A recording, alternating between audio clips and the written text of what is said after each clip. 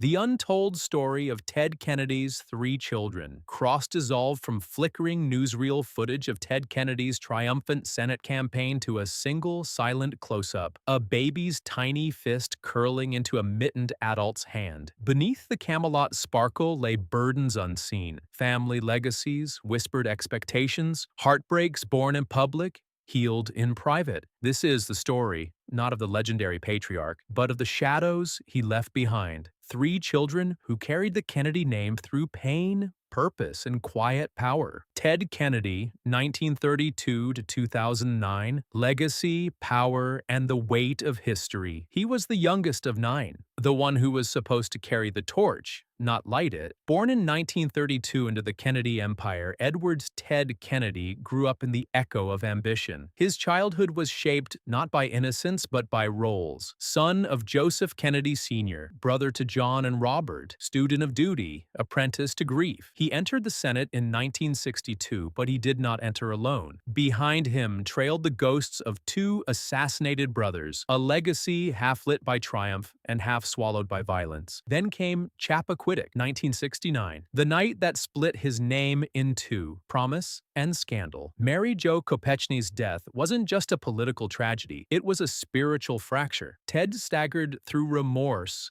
silence, and self-preservation, carrying the burden like a scar stitched into his public face. But some men break in private. Ted rebuilt in public. The Americans with Disabilities Act, No Child Left Behind, CHIP. His pen bled reform, while his soul carried shame. When brain cancer struck in 2008, Ted didn't fight it with speeches. He fought it with presence, embracing his children, retreating into stillness. His funeral in August 2009 was grand, yes, but inside the Kennedy pews, a quieter eulogy played out, in the silent tears of three adult children who had watched their father be both monument and man. Cara Kennedy, 1960 to 2011, a voice for the voiceless. Cara Ann Kennedy was born into light. February 27, 1960. The world was watching the Kennedy name rise to mythical heights. She was born in a hospital room lit by campaign buttons and whispered strategy. She grew up not with dolls, but with headlines. Her childhood toys were microphones, Senate pins, and absentee goodnights. But instead of clinging to spotlight, she turned toward shadow, where real people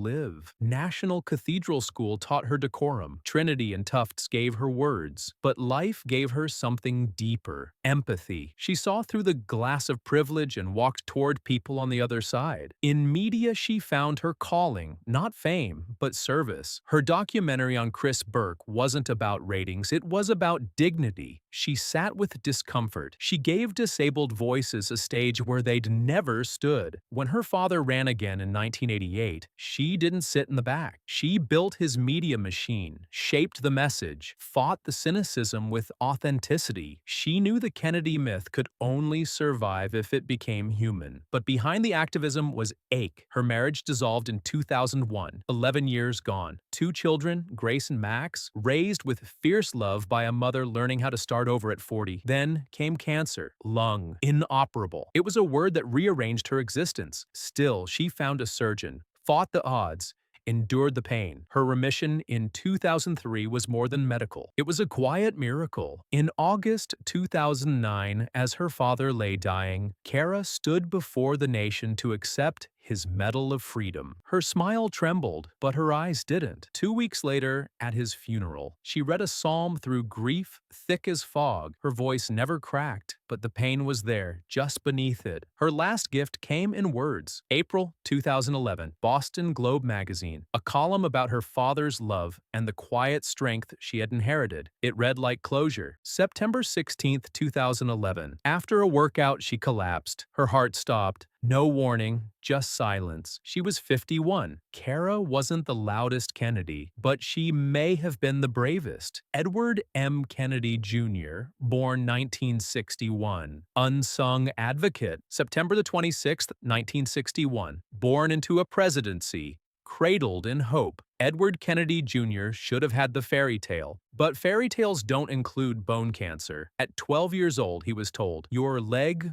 or your life." The choice wasn't metaphor, it was surgical. On November 17, 1973, they amputated his right leg. He woke up into a new body, different, weakened, watched. But pain has a way of forging clarity. Ed didn't want pity, he wanted progress. He attended St. Albans, where he learned how to walk again, mentally and physically. Wesleyan taught him breadth. Yale gave him purpose. Law school at UConn solidified his mission to use the system to protect those it once ignored. He started at Wiggins and Dana, building disability law brick by brick. Through the Marwood Group and Epstein, Becker, and Green, he moved inside the beast, advising, shaping, translating pain into policy. His leadership at AAPD and the Disability Equality Index became more than accolades. It was transformation of culture, of corporations, of expectation. In 2014, he ran, not as a Kennedy, but as a believer. In Connecticut's 12th Senate District, he authored 70 laws: environmental protection, mental health parity, accessibility. He didn't campaign with a cape. He legislated in sleeves rolled up. In 2017, he walked away, not because he couldn't win, but because he knew where he was needed more. He lives in quietness now, with Dr. Kiki Kennedy, with 2 grown children who don't carry the Kennedy burden, but do carry his values. His life was forged in loss, but shaped by choice. Patrick J. Kennedy, born 1967, vulnerability as strength. July 14th,